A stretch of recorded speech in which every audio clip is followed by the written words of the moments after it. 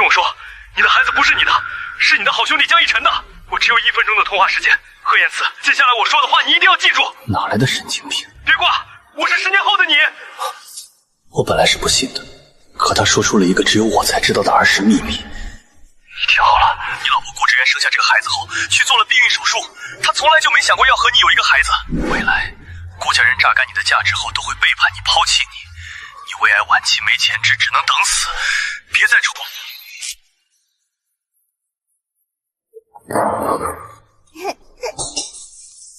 怎么了，燕慈？洗个碗闹出这么大的动静，都吓着陈安了。贺陈安，岁岁陈安。原来这份带着住院的名字从来不是给我的，手滑没拿稳，下次会注意的。叔叔，陈安乖，在家要叫爸爸。不要，我就叫叔叔。自从顾陈安记事懂事起，就很少再叫我爸爸了，到最后更是改口叫我叔叔。以前我当孩子小不懂事，现在这孩子越大越不懂事。燕慈，你别往心里去，我回头好好说他。他不愿意叫就别叫了。燕慈，你是不是生气了？你以前不是最不喜欢陈安这么叫你吗？没有，我只是觉得没有必要勉强孩子。燕慈，你等等！肯定是你平时太忙，陪我们的时间太少，陈安才会这样的。他还小，不懂事，你别和他置气。或许吧，我还不至于和一个孩子置气。他想怎么叫就怎么叫。我就知道老公最大度了。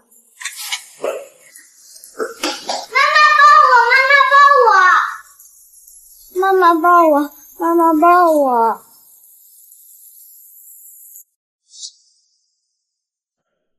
以前只当是孩子恋母，排斥父亲，现在才懂，他的所作所为都是在给他的亲爸爸撑腰，害怕我抢走他妈妈，破坏了他们一家3口的团聚。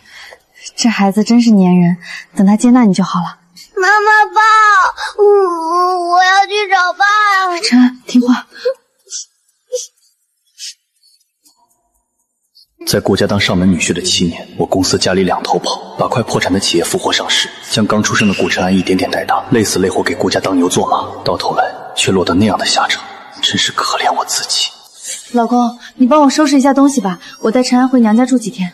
这孩子最近也不知道怎么了，总爱闹小脾气，我让他姥姥姥爷好好管教管教。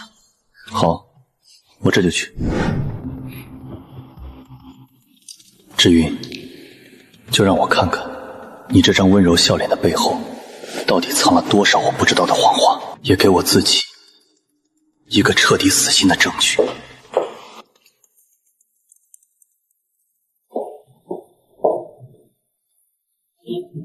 现在就走。已经和爸妈说好了，不用送我们，你好好休息。陈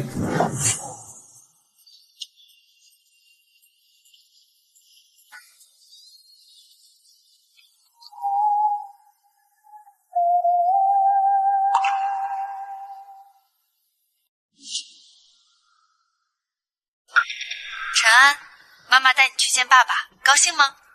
高兴。那我们出发，云景园。出发！云景园，市中心的顶奢豪宅区，好，真是好得很。那通电话每一个字都是真的。我的妻子不仅让我养了7年别人的孩子，还用我辛辛苦苦运营公司赚来的钱去买豪宅养江逸晨那个小三。江逸晨这个名字怎么有点耳熟？江逸晨，智晨科技江总的儿子，还在上大4。我们顾氏和智晨正好有深度合作，原来这就是顾之眼说的值得扶持的创业公司。所有的商务合作全是他顾之眼给前任铺的路，花着我赚的钱养着外面的男人，还要让我替别人养儿子。贺言慈啊，贺言慈，你真是天字第1号大傻瓜，这么多年都没有看清这个女人的真面目。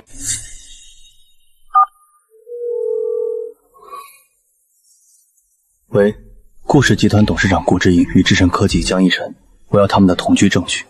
他们现在住云建园，拍到确凿证据后直接发到我邮箱。张律师，我要离婚，麻烦你帮我准备离婚协议书和单独的财产分割协议书，具体条例我马上发你。另外帮我整理顾氏集团这些年我经手的所有项目文件和股权证明。顾之源，从知道真相的这一刻起，我对你再无半分情谊。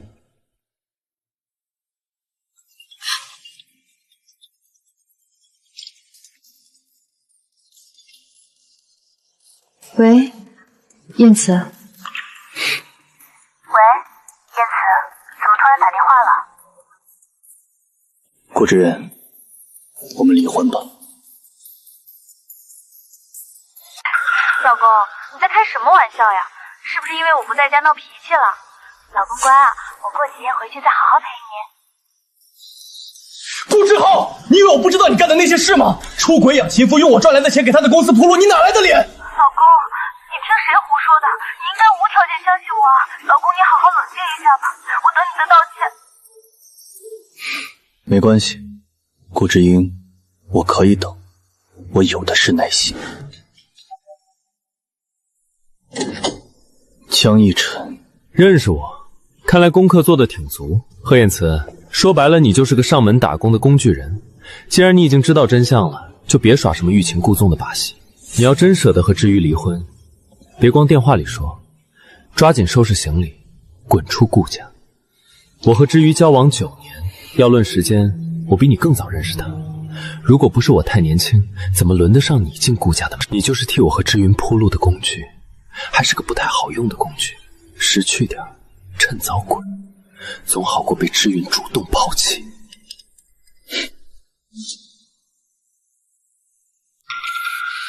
你笑什么？我笑有些人上赶着捡我不要的破烂，还当成宝贝。你居然敢说知源是破烂！你可以回去告诉顾之晴，抓紧回来办离婚。我没那么多时间伺候你。另外，你现在属于私闯民宅，我不想再见到你，立刻滚！你给我等着，走着瞧！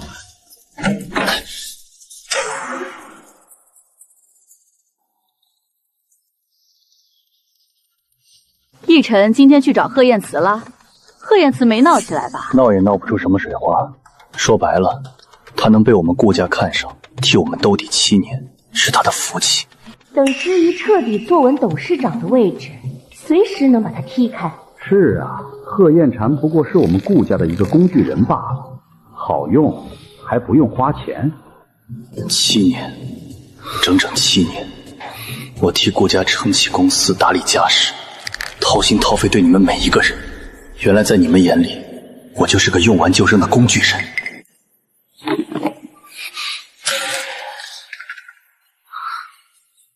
你们默许顾之渊出轨，给我戴绿帽子，看着我在顾家当牛做马，是不是很得意？7年，我替顾家把快破产的公司做上市，里里外外替你们打点周全。我比顾之颖还要上心的对你们，你们就这么对我？燕慈，不是你想的那样，我们就是随口说说。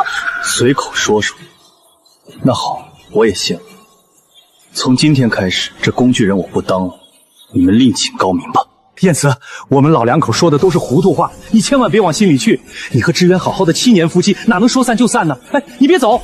燕慈，妈错了，妈刚刚只是随口胡说的，是我们嘴碎，我们真的知道错了。你千万别赌气离婚，这个家不能没有你呀，燕慈。你们不是不能没有我，是不能没有一个免费听话、任由你们压榨的工具人。7年的真心，就当喂了狗。张律师，我要走法律程序起诉离婚。这座房子里装满了谎言和执着，多待1秒都让人恶心。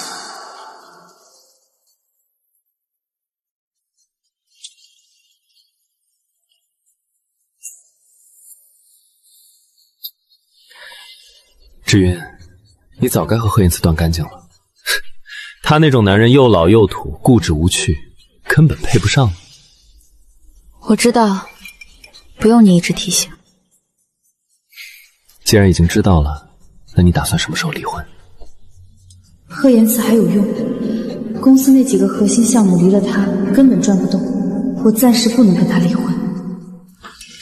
妈妈，我要爸爸陪在我们身边，不要叔叔。陈安，为什么呀？叔叔对你不好吗？给你买那么多衣服和玩具，你生病了跑上跑下照顾你，天天接送你上下学。不好，一点都不好！天天管着我，不让我吃糖吃汉堡，不让我玩手机。我只要爸爸。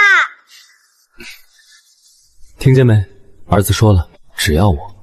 好好好，放心吧，妈妈会让你爸爸一直陪着我们的。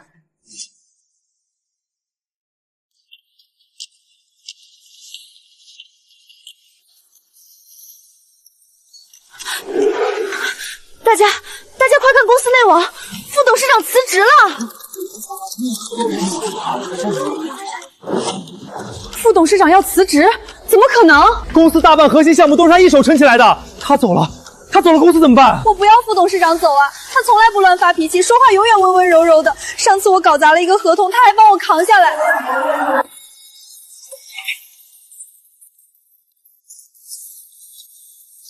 只是离职而已，以后还有机会和大家见面的。副董事长您走了，我们怎么办？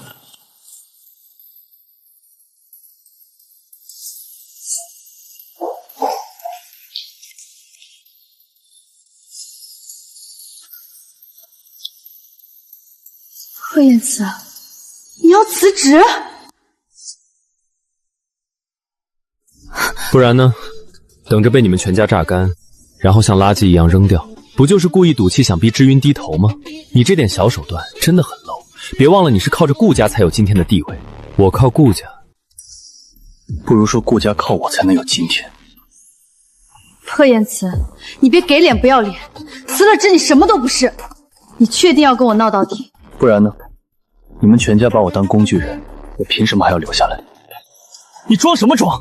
离了顾家，你估计连立足之地都没有。我有没有立足之地不用你管，倒是你们最好祈祷故事能撑得住。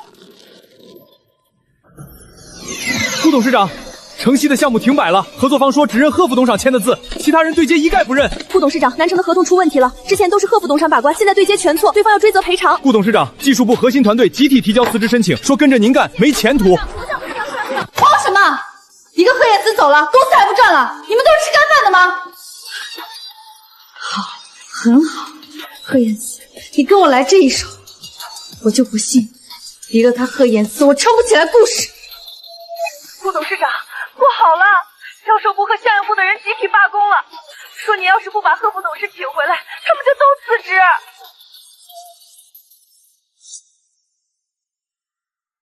顾董事长，这是贺先生委托律师送来的离婚诉讼协议书。他贺燕慈也配跟我提离婚？闹脾气吓唬人也要有分寸。我倒要看看，没了顾家，他还能翻出什么水花？我们部门3个核心架构师全部辞职了，现在系统维护都没人做，随时可能崩溃。我们这边对接的6个合作商全部发了律师函，要求3天内解决违约问题，不然就上法庭。顾董事长，公司资金链快断了，银行那边说我们最近动荡太大，暂停了新一轮贷款的审批。怎么办？我从来没有独自面对过这些。过去7年，所有这种场面都是贺燕慈坐在我旁边，替我挡在前面，我根本没有亲自上手指挥过。该死的！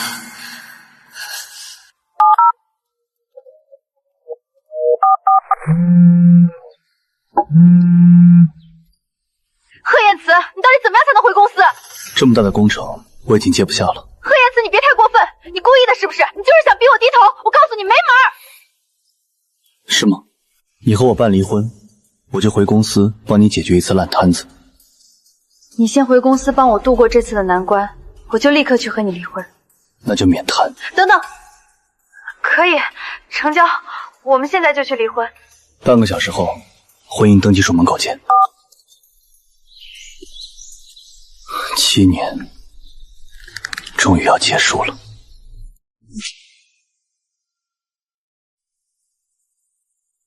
现在可以和我回公司了吗？当然，既然已经离婚，我自会兑现承诺。收到什么？秩序情报。贺副董事长就是神，1天就把烂摊子收拾好了。贺副董事长回来了，我们终于不用慌了。晚上聚餐庆祝，必须给贺副董事长接风。好，就今晚我请客。你们快看公司群，顾董事长发置顶公告了。经核查，公司原副董事长贺延慈在任期间存在恶意操作、故意破坏项目进度等严重违规行为，给公司带来无法估量的损失。现公司已整理全部证据，正式提交有关部门，相关事宜以部门调查结果为准。特此公告。顾董事长认真的，上亿项目是贺副董事长搞砸的，昨天项目全崩盘没人救，是谁连夜救回来的？顾董事长良心不会痛吗？贺副董事长熬了1宿夜救公司，转头就被栽赃陷害，公司没救了，有功不赏，反手定论，谁还敢干活？幸快的也没有这么快的。顾志远，你果然从来都没让我失望过。卸磨杀驴，栽赃陷害，真是好手段。可惜啊，顾志远，我贺燕慈能把顾氏从泥里拉起来，就能再把他踩进泥里。你想让我死，也要看你有没有这个本事。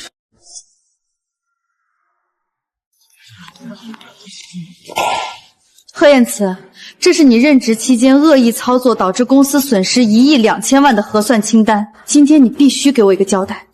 我恶意操作，证据呢？依据就在文件里。燕慈，你在公司7年，我一直很信任你，现在出了这么大的纰漏，总要有人负责。这些都是项目组整理的损失明细，所有问题都出在你经手的环节，你是第一责任人，必须全额赔偿公司的损失。贺燕慈，你一个上门女婿，吃顾家的喝顾家的，临走还要倒打1亿2000万，你赔得起吗？我劝你识相点，乖乖把钱赔了，还能留个体面。项目是我经手的，就是我的责任。你的逻辑什么时候变得这么好笑了？贺燕慈，你少耍嘴皮子！这些项目崩盘，全是我离职后你们对接失误造成的。我昨天刚熬夜把烂摊子收拾好，转头就成了我的责任。如果不是你前期埋下隐患，怎么会一出事就全面崩盘？你别想推卸责任。想让我背黑锅赔损失，你打错算盘了。这笔账我不认。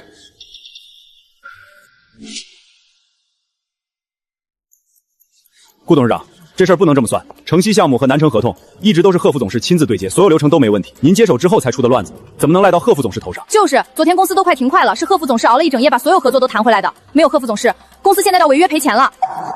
贺副董事为公司做了多少事，大家有目共睹。您不能这么颠倒黑白。失礼的查万，这种事情是你们说了算，还是顾董事长说了？都给我闭嘴！你们也配在这里指手画脚？谁再敢多嘴替贺燕慈说话，立刻收拾东西滚蛋！顾氏养着你们，不是让你们胳膊肘往外拐的，都想清楚一点，你们是在谁手下做事？不用你开，我不干了。这种是非不分的公司，多待1天都恶心。我早就不想干了，给这种是非不分的老板卖命，值吗？贺副董事去哪儿，我们就去哪儿。这破公司，我们不伺候了。你们。贺燕慈，我一直以为你是个有分寸的人，没想到你临走还要煽动员工集体离职，你太让我失望了。我看你假装救公司博同情，一边暗地里煽动员工集体离职，故意搞垮顾氏，煽动核心员工造反，恶意造成公司运营瘫痪，再加上之前的项目损失，贺燕慈，你这是罪加一等。今天1亿2000万的赔偿款，你1分都别想少，否则我现在就报警追究责任。要么赔钱，要么坐牢。贺燕慈，你自己选。我给你半个小时时间考虑，要么立刻把1.2亿赔给公司，再把所有离职员工劝回来，乖乖给顾氏掰弓认错；要么我现在就报警，拿着这些证据告你职务侵占、商业破坏，就凭这2条，足够你蹲10年大牢。你自己选。顾志渊，你可想好了？你确定要把事情闹到帽子那去，把这7年顾氏的账目一本一本翻开，把每一笔钱去了哪里都讲得明明白白？你不说话，那我替你说，这1亿2000万。到底是我贺燕池让公司损失的，还是你顾之烟拿着公司账上的1.2亿去养你的情妇江逸晨了？你胡说八道，贺燕慈，你自己把项目搞砸了，现在想往我身上泼脏水。贺燕池，你少在这里血口喷人，自己犯下的错不想承担就往我们身上泼脏水，你要不要脸？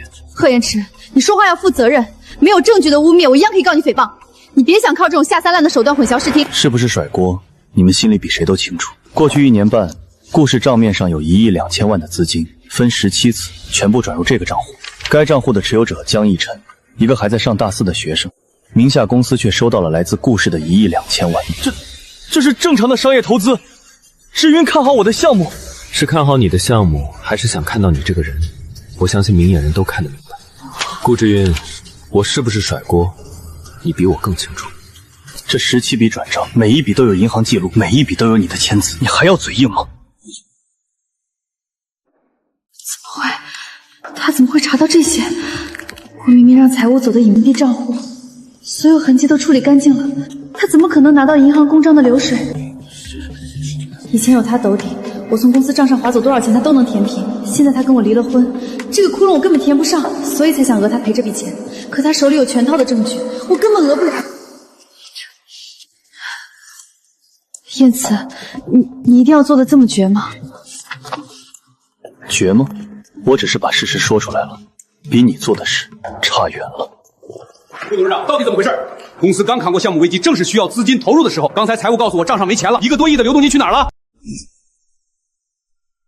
各位股东，这事儿说来话长，我本来想内部处理，既然你们来了，那我们就公开讨论。这一切都是贺燕慈导致的，他在离职前经手的多个项目出现严重操作失误，导致了公司跟他交涉赔偿事宜。结果他不仅不认，还煽动员工离职，反过来污蔑我。对，就是这个姓贺的搞的鬼，故意搞垮公司报复。贺燕慈，真有此事？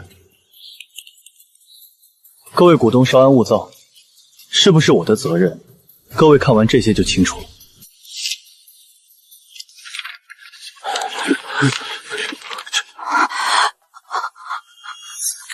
顾志远，你给我解释清楚！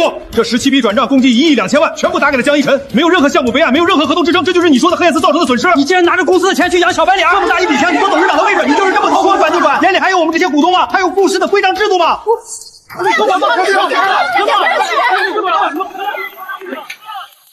？7年，我把所有烂摊子都收拾完了。从今天起，顾家的事与我再无瓜葛。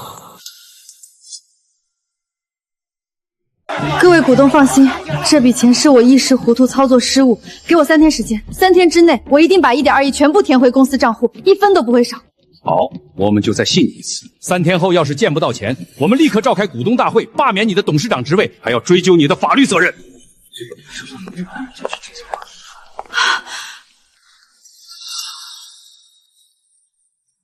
贺燕慈呢？他什么时候走的？好像在股东们说话的时候，贺副董事长就走了。燕慈，你在哪儿？我们能不能好好谈谈？我们已经两清了，以后别再来找我。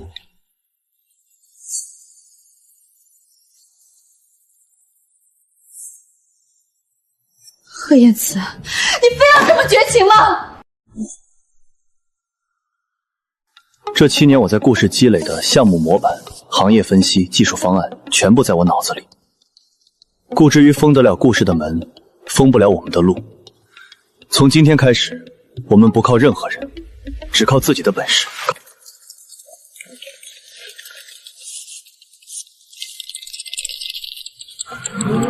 贺总，签了，外省那个项目落地了，首期款500万，3天内到账。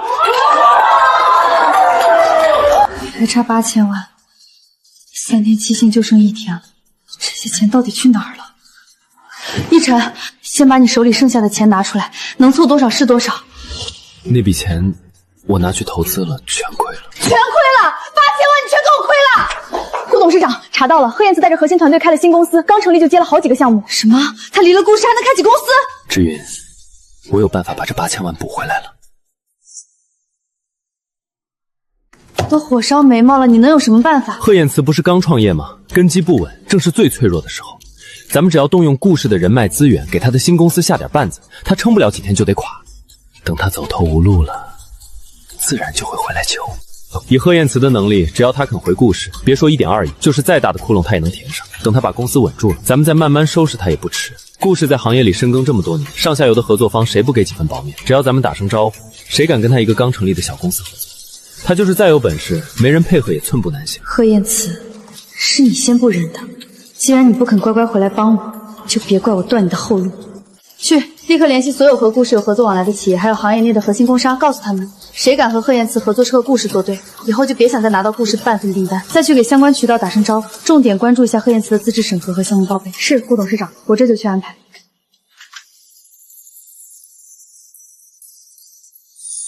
贺燕慈，别怪我，这一切都是你逼我的。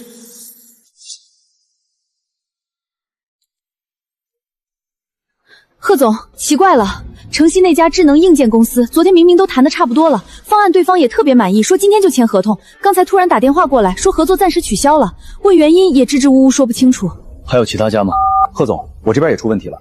之前谈好的2家下游服务商，刚才都发来消息说合作终止，说是公司内部调整，暂时没法合作了。可上周还跟我说一切顺利呢。我这边核心原材料供应商也来消息了，说最近产能紧张，没法给咱们供货了。可是我3天前确认的时候，还说库存充足，随时能发货。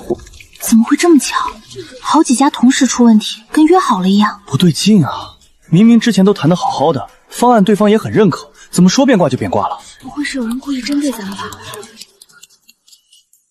不用猜了，是顾之渊和江以晨干的。他们想靠掐断合作和供应链的方式，逼我回顾氏，替他们填1.2亿的窟窿。那你猜的还挺准。贺燕慈，这就是你带着一帮人出来闯的试验？就这么个小破地方，跟顾氏的甲级写字楼比，连个仓库都不如。贺燕慈，我想你应该已经感受到。感受到什么？合作取消、供货中断的滋味。你那14家合作方已经有1半取消合作了吧？燕慈，在外面单打独斗，哪有在顾氏的时候舒服？我来找你不是跟你翻旧账的，回来吧。只要你肯回来，顾氏就还有你的一席之地。贺燕慈，识物者为俊杰，之渊亲自来请你，已经是给你台阶下了。你在外面折腾这一周赚的那点辛苦钱够干什么？顾之渊，你用顾氏残存的人脉封我的路，你觉得这是你的本事？但你有没有想过，这座城市的市场才多大？全国的市场有多大？你能封得了线下，封得了线上吗？但创业不是光靠道理就能成的。你有资金吗？有资源吗？你的人脉、你的经验，哪一样不是顾家给你的？我的人脉是我7年里一个人跑出来的，我的经验是我熬了无数个通宵，一个项目一个项目攒出来的。你觉得这些是顾家给我的？不，这些是我自己的。顾家给我的只有一样东西，7年的枷锁。现在枷锁解了，你觉得我会再把它套回脖子上？你们的封杀是我贺言辞的垫脚石，不信的话，走着看。贺言辞，你别敬酒不吃吃罚酒。我告诉你，有我和之云在一天，你就别想在这个行业好过。你一个刚成立的小公司，要资源没资源，要人脉没人脉，只要我们放出话去，没有一家公司敢跟你合作。能不能开下去是我的事，就不劳2位费心了。现在麻烦你们出去，这里是我的公司，不欢迎闲杂人等。你送客。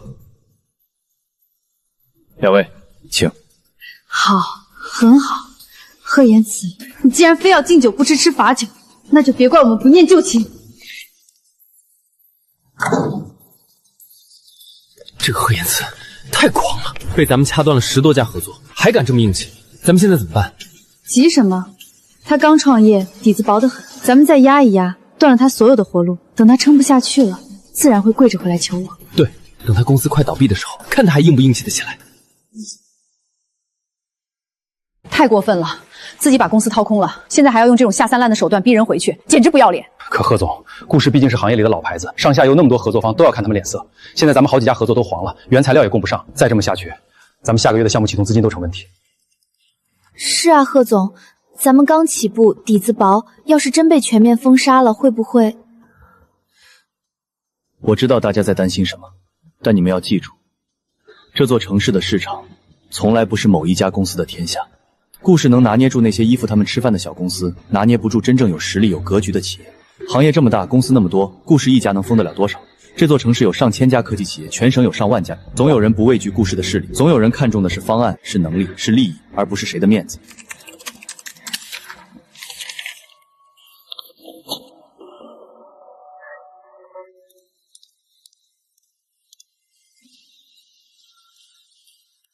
贺先生，我们林总在里面等您。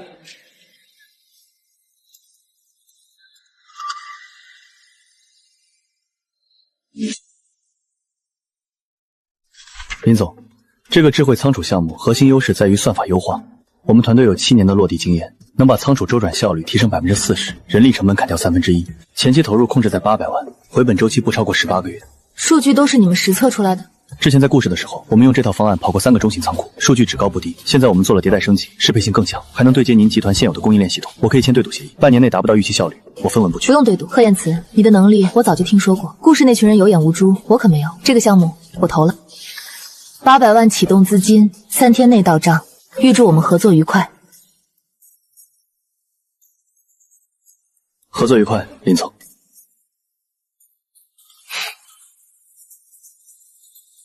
顾董事长，不好了，贺言辞刚刚和林漫威签了合作，800万的项目已经官宣了。什么？不可能，咱们都打过招呼了，谁敢不听咱们的？哪个林总？是是林漫威林总，做供应链起家的那家。林漫威，他算什么东西？竟敢不听咱们的招呼，公然跟咱们作对！我倒要问问他，是不是真的要为了一个贺延慈跟整个顾氏为敌？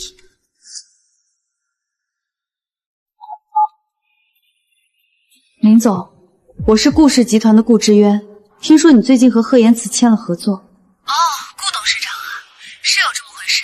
怎么了？林总，咱们行业有行业的规矩。贺燕慈是从我们顾氏出去的叛徒，还卷走了我们公司的核心员工和技术。顾氏已经对他下了全面封杀令，林总和他合作恐怕不太合适。不太合适？顾董事长是在教我怎么做生意？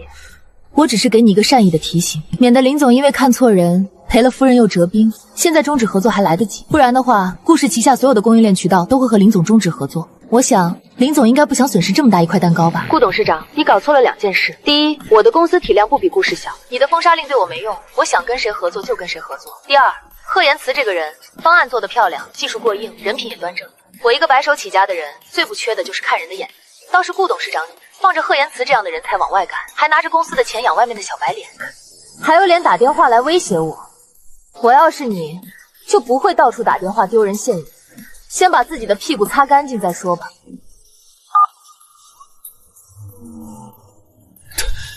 他怎么敢这么说话？这个林漫威简直不知好歹。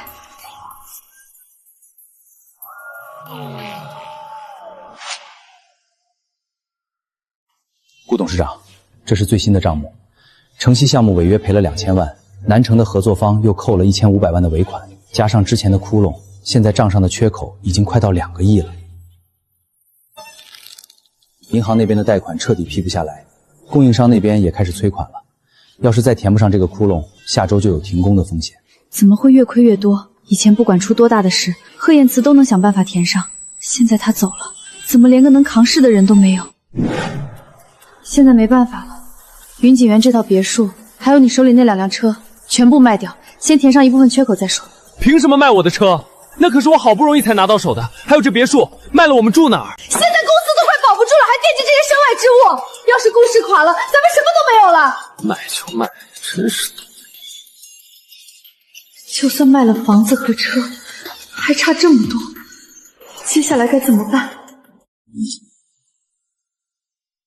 又亏损了，顾之渊，你到底会不会管理公司？贺燕慈在的时候，公司账上资金充裕，项目一个接一个落地。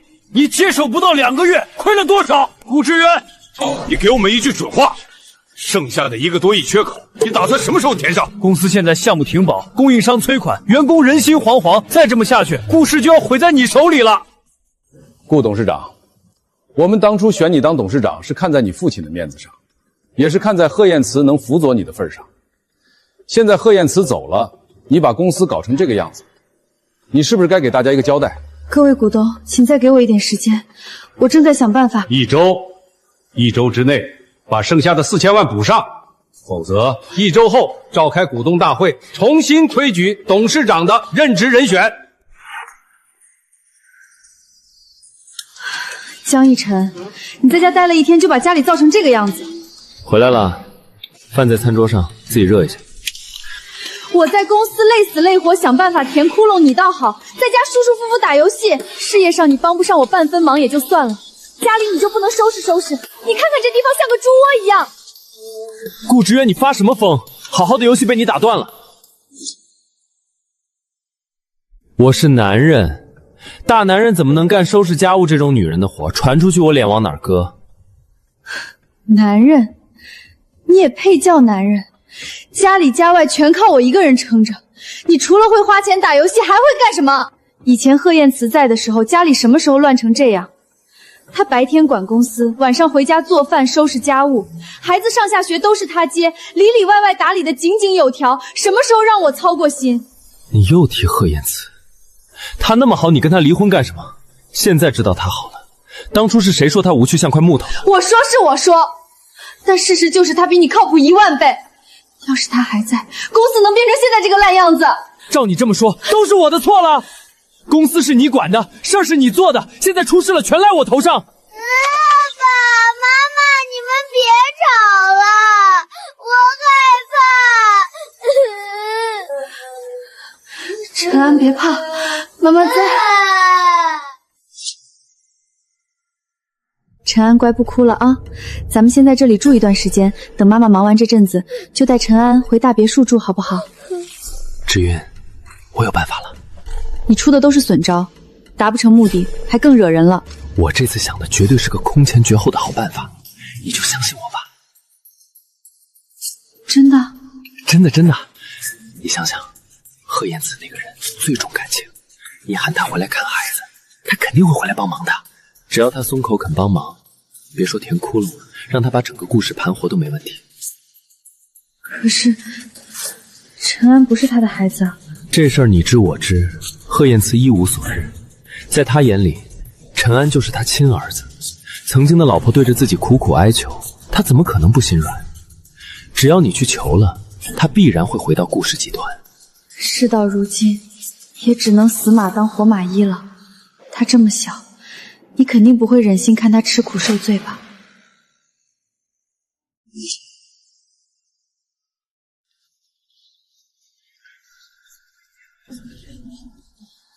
燕慈，我知道以前都是我的错，是我对不起你，你打我骂我都可以，但是孩子是无辜的呀。陈安他是你的孩子，他不能没有爸爸。现在公司出事了，我们走投无路了，你就看在孩子份上帮我们这一次好不好？只要你肯回来，让我做什么都愿意。陈安他在家里天天念叨过想爸爸，你就忍心看着他跟着我受苦吗？哭完了吗？燕慈，你如果是我的孩子，我当然会心疼他，不忍心他落入这种境地。可是，顾晨安真的是我的孩子吗？燕慈，你怎么能说这种话？陈安当然是你的孩子，我们7年夫妻，你连这点信任都不肯给我吗？你这样说太让我寒心了。你想想陈安的容貌、眉眼、鼻子，哪一点不像你？顾之渊，你倒是很会演戏。我没有演戏，我说的都是实话，陈安就是你的孩子。好，那你告诉我，为什么陈安7年来从来不敢叫我一声爸爸，张口闭口都是坏叔叔？孩子还小啊，他懂什么？小孩子认生不是很正常吗？你平时工作那么忙，陪他的时间少，他跟你生疏一点怎么了？等以后我们一家3口好好过日子，相处久了自然就亲了。孩子小，不懂事，那这个也是不懂事就能说出来的。陈安，妈妈带你去找爸爸好不好？好，我早就不想跟叔叔待在一起了，我要去找爸爸。燕慈，这段录音能说明什么？陈安从小就喜欢江一晨，你知道的。一晨是他干爹，他叫一声爸爸只是孩子认知有问题。只要以后我们一家3口好好生活在一起，陈安身边只有你一个爸爸，他的认知自然会被掰正，他一定会叫你爸爸的。一家3口，顾之言，你说的一家3口，包不包括江一晨？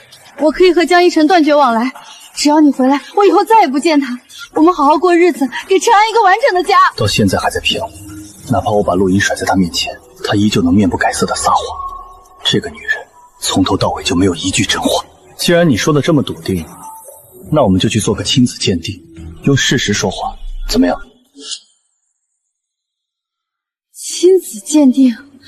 贺燕慈，你什么意思？你非要这么侮辱我，侮辱孩子吗？我都说了陈安是你的儿子，你凭什么不信我？你是不是早就想跟我划清界限，所以故意拿孩子当借口？贺燕慈，你怎么能这么狠心？他可是你养了7年的儿子啊！我狠心？顾之渊，事实就摆在你眼前了，你为什么还要嘴硬？从前我爱你，愿意被你们一家戏耍，我给你们当牛做马7年，到头来连一句真话都换不到。但是现在我已经不爱你了，我不会再回去，也不会再被你骗。顾之渊，别再用这种拙劣的谎言侮辱我了。好，我承认，陈安不是你的孩子，是江一晨的。我养了7年的孩子是别人的，我掏心掏肺对他好，他身体里流的是另一个男人的血。他是一晨的孩子，当年我跟一晨本来就要结婚了，是我爸非要我招你入赘，说你能帮顾家盘活公司，我没办法，才带着身孕嫁给了你。燕慈，我知道是我对不起你，是我骗了你7年，你恨我怨我都可以，但是孩子是无辜的啊！这7年是你亲手把他一点点带大的。他刚出生的时候夜里哭，是你起来冲奶粉换尿布；他第1次生病发烧，是你抱着他在医院守了3天3夜；他上幼儿园，是你每天风雨无阻接送。你对他的好我都记着，就算没有血缘，这7年的情分也是真的啊！我不是想再利用你，我是真的没办法了，公司快垮了，账上全是窟窿。燕慈，你就看在陈安的份上帮帮顾氏好不好？你帮帮我，就这一次，帮顾氏把这次的难关渡过去，我保证以后再也不来打扰你。顾志渊，你说的对，这些年的感情是真的。感情是真的，不代表你可以再拿它当武器来绑架我。我照顾陈安这么多年已经够了，从今天起，他的父母是你们，照顾他的责任也是你们的，我不欠你们什么。燕慈，你真的这么狠心？陈安他还这么小，狠心的不是我，是你。你拿着孩子当筹码，一次又一次骗我算计我。今天我要是心软了，明天你就会拿孩子逼我回去填第2个窟窿、第3个窟窿，你永远不会收手。贺言慈，你变了，你以前不是这样的，以前不管我怎么任性，你都会包容我的。顾志渊，你说我变了，是你从来没认真看过我。这7年，我在你眼里从来不是一个丈夫，不是一个需要被尊重、被珍惜的人，我只是一个会赚钱的保姆，好用的工具，随叫随到的备胎。不是我变了，是你从来不知道我是什么样的人，因为你这7年从来没有认真看过我一眼。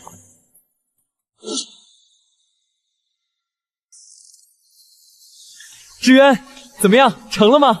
那家伙是不是心软答应了？我就说拿孩子当筹码肯定管用，他那个人最吃这款了。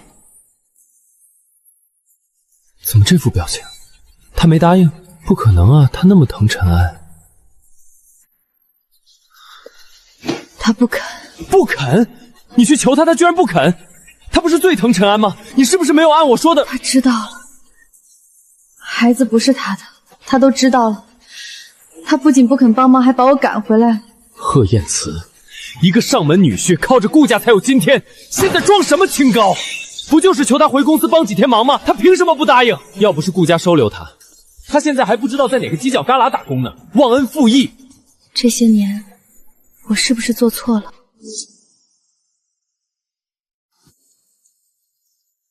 各位都看看吧，这就是这2个月的业绩。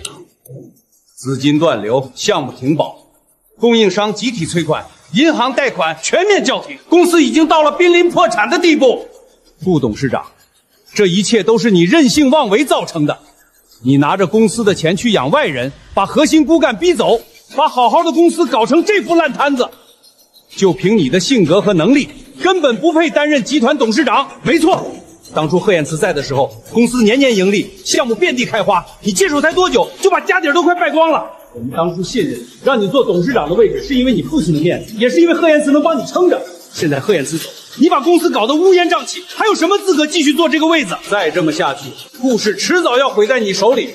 我提议，立刻重新投票选举董事长，选出能带领公司走出困境的人。同意重新选举董事长的，请举手。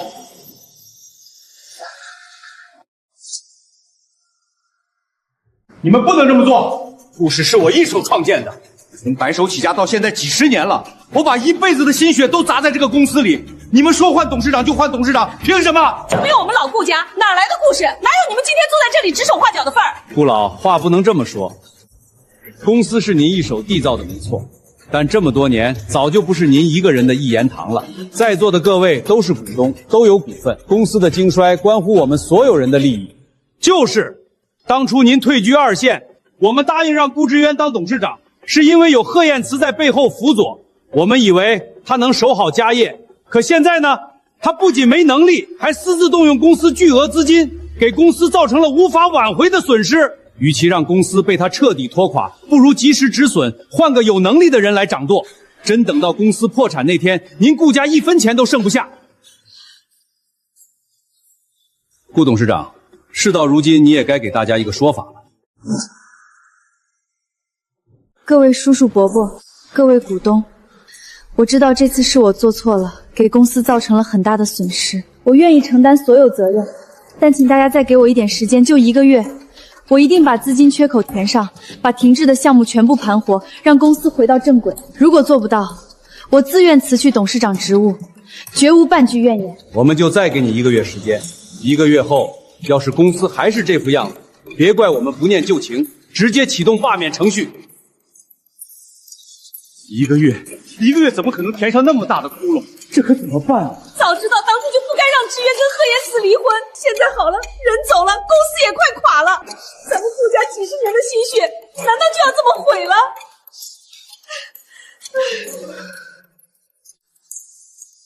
顾之渊这个样子，怕是彻底起不来。1个月的时间根本不可能翻身，到时候他的股权被收回，公司倒闭，再耗下去，我那点家底也要被拖进去。不行，我得趁早想办法脱身。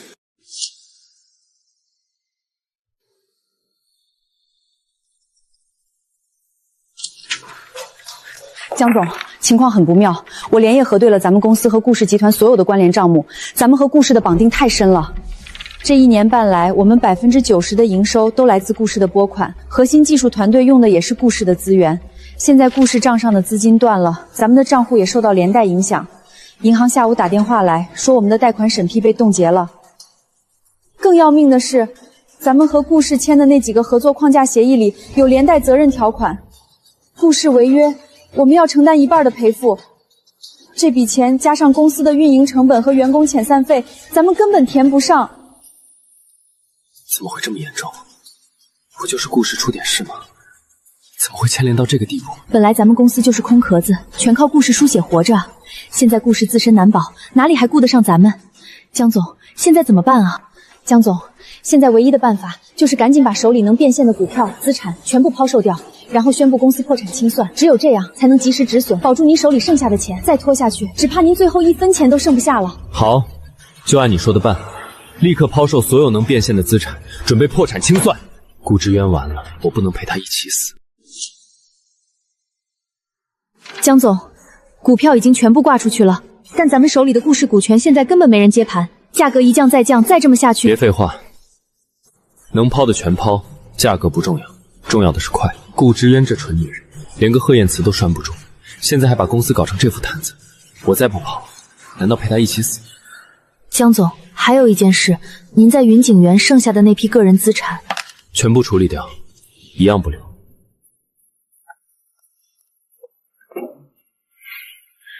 7年地下情人，我忍了7年。要不是看中他顾家的钱，我至于给一个比我大的女人伏低作小？仓储项目第1期数据出来了，效率提升了43%。贺总，这杯我得敬你。林总客气，没有盛虹的资源和渠道，燕晨走不了这么快。不过也好，没有那段经历，也不会有现在的燕晨科技。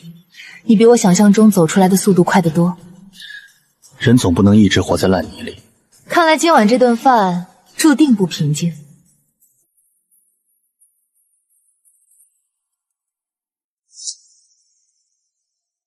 他居然跟林漫威在一起吃饭，2个人有说有笑的，看起来关系不一般。哟，这不是贺彦慈吗？我说怎么跟我们之渊离了婚头也不回，原来是有人接手了呀！当初在顾家那么老实本分，合着都是装的。哼，这位女士，我劝你擦亮眼睛，别被这种人骗了。顾伯父、顾伯母，我和顾之渊已经离婚了，我的私事与你们无关。无关？你说无关就无关？没有顾家，你能有今天？忘恩负义的东西！伯母说反了，没有我，顾家撑不过这7年。贺彦慈，你跟林漫威，你们什么时候？顾董事长，贺总和我是合作关系，也是朋友关系。至于其他的，不关你的事。你算什么东西？与其在这里操心别人的私事，顾伯母，不如先操心操心你们家的小白脸。你什么意思啊？依晨怎么了？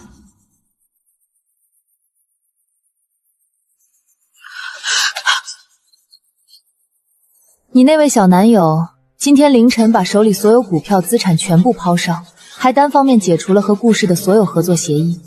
智晨科技已经启动了破产清算程序，他本人已经带着所有变现的资金跑路。什么？解除关联协议？他凭什么单方面解除？我们顾家对他不薄啊！这个小白脸卷了我们的钱就跑了，他吃我们的用我们的，现在拍拍屁股走人！忘恩负义的东西，他比贺言辞还……都是你找的什么人？为了这么个东西，你把贺言辞逼走，现在鸡飞蛋打，你满意了？不可能，医生不会这么做的。收哥会一直在我身边的。他在哪？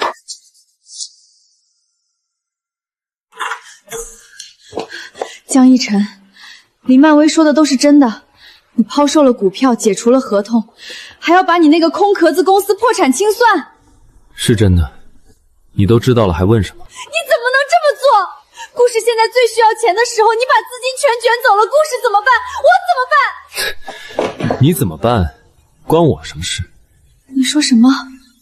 我说，关我什么事？顾志远，你要是能管好你的公司，能拴住贺言辞，我至于沦落到今天这个地步吗？你知道我为了讨你开心忍了多久吗？你忍什么？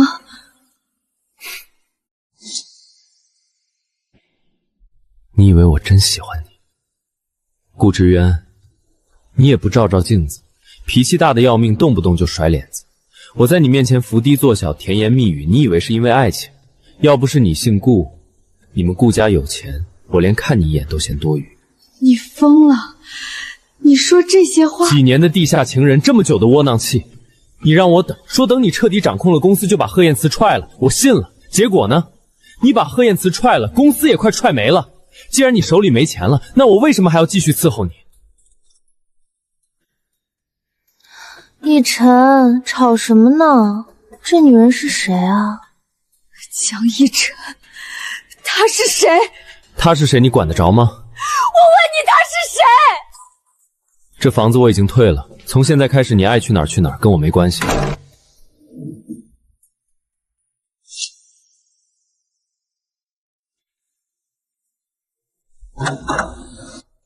志远，怎么样？那个姓江的小子，你这是他打的？他把所有钱都卷走了，公司破产了，他的公司全部关了。他说，他从来没有看上过我，跟我在一起，就是因为我们顾家有钱。畜生，狼心狗肺的畜生！我们当初是被什么蒙了心啊？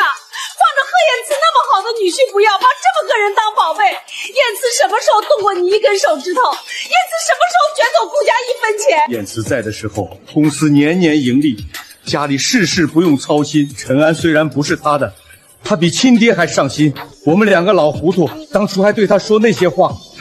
志远啊，我们错了，我们都错了。贺彦慈才是好人呢，咱们去求他，求他回来好不好？他不会回来，他已经不爱我。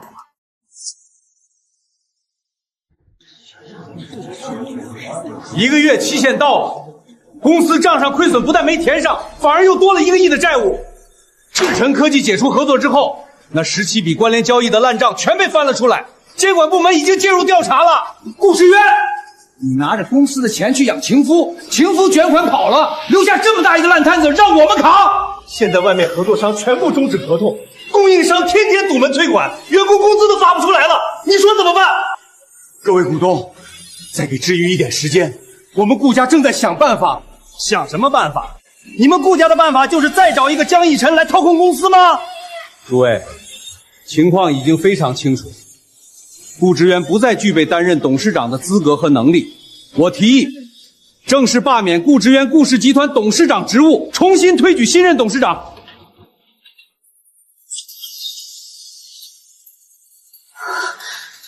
燕慈，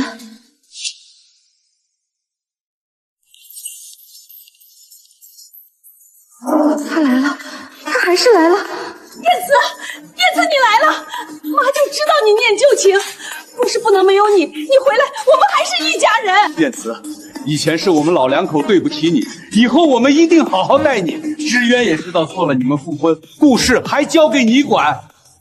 贺副董事，你愿意回来主持大局？燕慈，江一晨他骗了我，他根本不是人。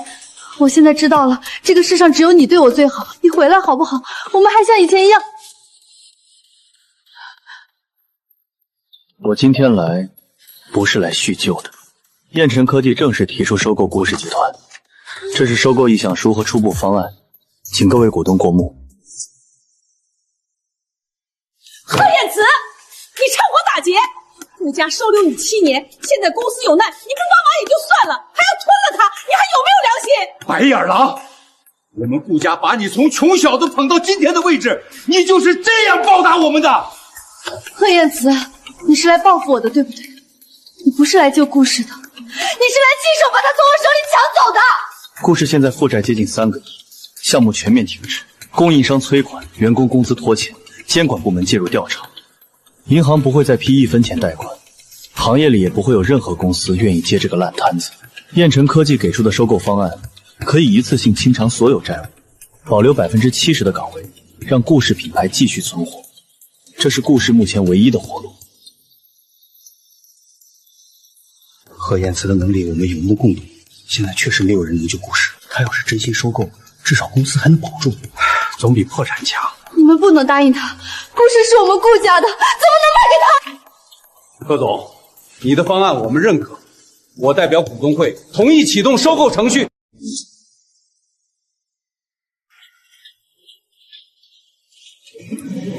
7年，他对我掏心掏肺，我却拿着他的真心往地上踩。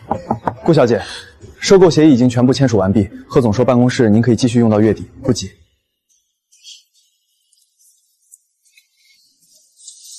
不用了，今天就走吧。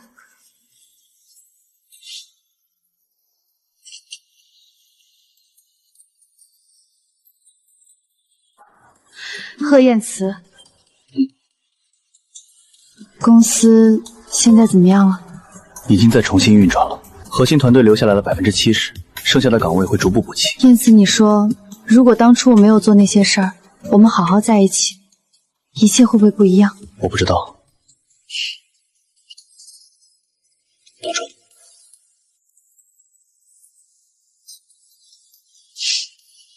保重。